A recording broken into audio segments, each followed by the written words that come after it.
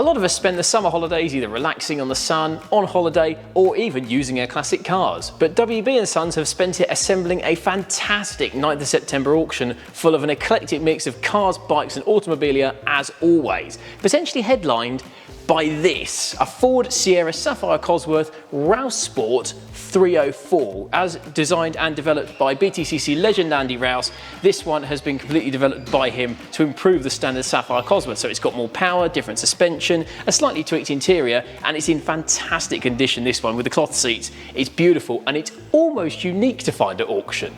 Almost, but not quite. Because if you didn't like that Ford Sierra Sapphire Andy Rouse edition, you could have this Ford Sierra Sapphire Rouse Sport Edition 304 with more power and tweaked suspension. The only difference being that that one has cloth seats and this one has leather, which actually makes the one that Joe was standing next to the rarer of the two. One of less than 80 ever made full stop. These are both H-Reg, both in the same colour, both beautiful condition. So whichever light blue Sierra Sapphire Cosworth Andy Rouse edition you want, there's one for you in this auction. I think this has got to be the first time there's ever been two of these at auction. So go and have a look at the website. That is a very small niche that's been filled. But Jack, what if you fancy a fast 90s BMW that also fits a dog? Surely a much bigger niche. I'm sure BMW have cut something to suit that. Oh yes, they have. What about this? 2000 Z3M Coupe.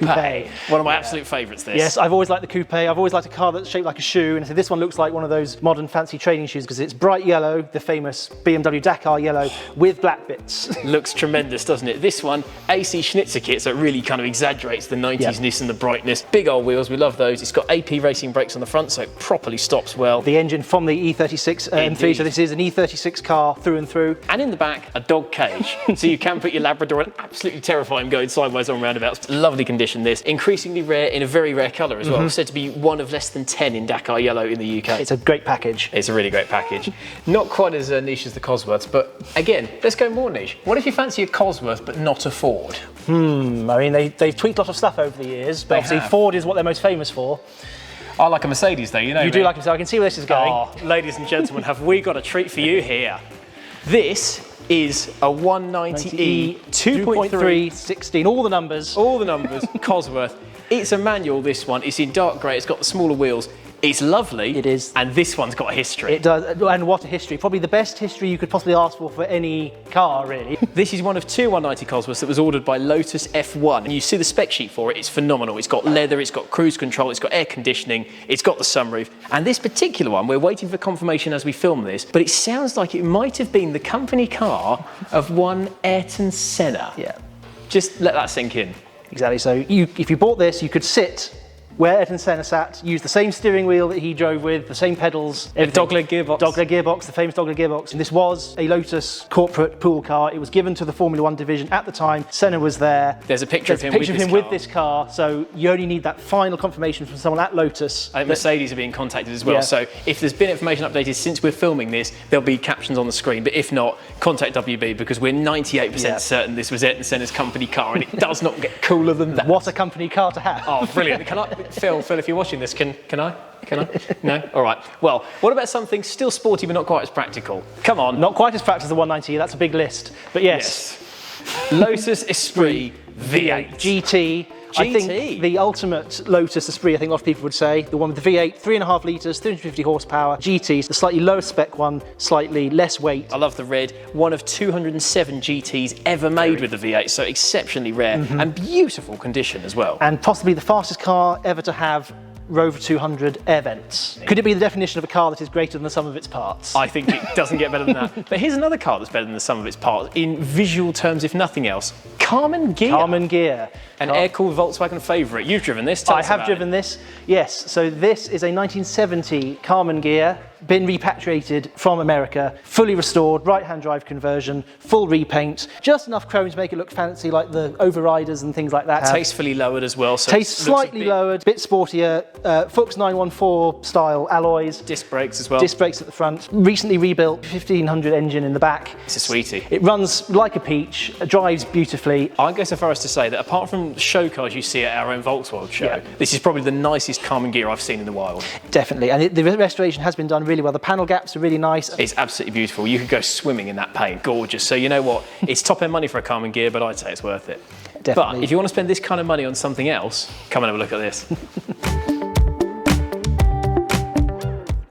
But first, our friends at Lancaster Insurance are running monthly giveaways. You can win all sorts, from experience days to tools, restaurant vouchers and tech. So click the link below at the end of the video to enter their latest competition. How about this? Lotus Elise S1 Type 49 edition. These are all good things you want to hear in the world of Lotuses. Yes, this is another car that I've been lucky enough to drive during our visit here today, and whatever you read about the Lotus Elise, particularly the early ones, you'll think, are they over-egging it? If anything, I think it's underselling it. It is a fantastic driver's car. This one, lovely example. Absolutely lovely example. A 49 edition celebrating the Type 49 Formula 1 car from the 70s in the classic gold leaf, red, gold, white livery with the gold wheels. Lovely condition all round. No crazing or anything on the plastic. No. It's just beautiful. Half leather seats. This one's got a detachable steering wheel as well, so if you're of the taller or bigger persuasion, you can still fit in it. This is a really nice example of a rare edition. It's a Series 1 Elise, so you can't go wrong. 36,000 miles from new, 3 major services in the past decade or so. In the last decade, the last 3 services haven't just comprised of oil and filters, it's included cam belts. Yeah,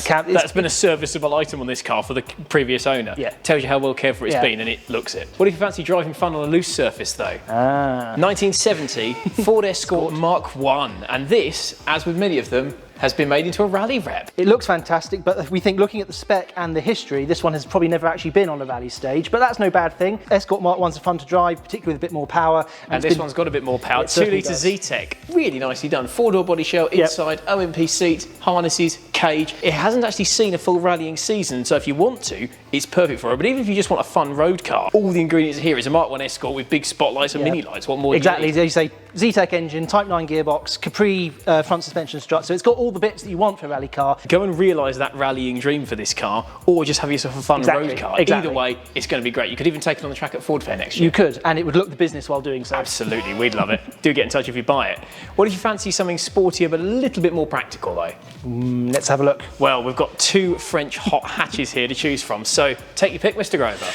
I always like a Renault, particularly one on gold wheels.